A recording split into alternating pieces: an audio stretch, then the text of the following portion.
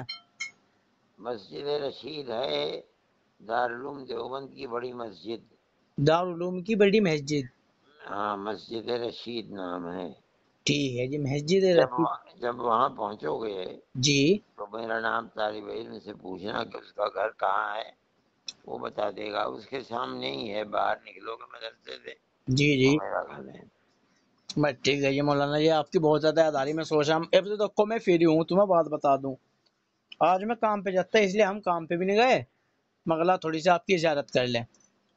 ٹھیک ہے، آپ اس مسجد کے قبلے کی طرف، جی جی جدھر قبلہ ہے ادھر آئیں گے، مسجد مدرسے سے باہر نکلیں گے، جی کوئی 200 قدم 300 قدم چل کے جی، وہاں پوچھ لینا، وہ بتا دے گا، جو دربان ہوگا کہ کہاں ہے، وہ وہیں ہے میرا گھر، سڑک کے اوپر۔